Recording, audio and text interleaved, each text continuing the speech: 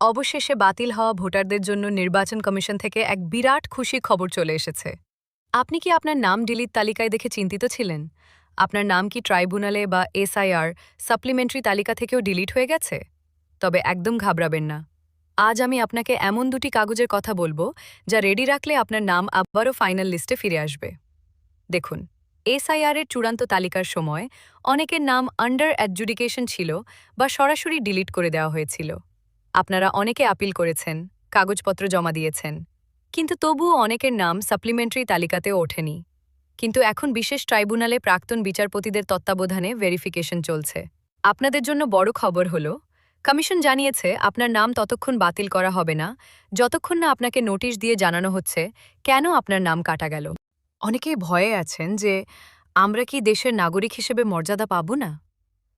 নির্বাচন কমিশন স্পষ্ট বলেছে, যদি আপনার বাবা মা বা পূর্বপুরুষের নাম ২০০২ সালের ভোটার লিস্টে থাকে তবে আপনি এই দেশের বৈধ নাগরিক। ট্রাইব্যুনাল এখন আপনার সাথে আপনার বাবা মায়ের সেই লিঙ্কেজ বা যোগসূত্র খুঁজছে। এই যোগসূত্র পেলেই আপনার নাম সাথে সাথে বৈধ তালিকায় তুলে দেওয়া হবে।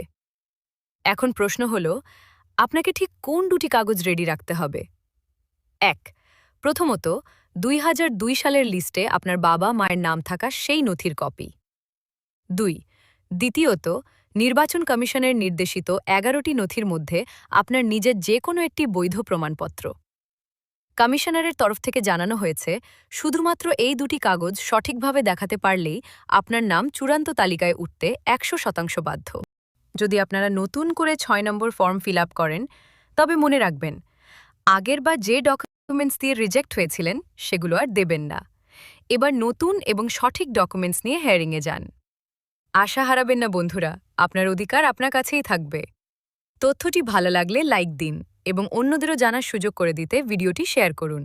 আজ এই পর্যন্তই, দেখা হবে পরের ভিডিওতে।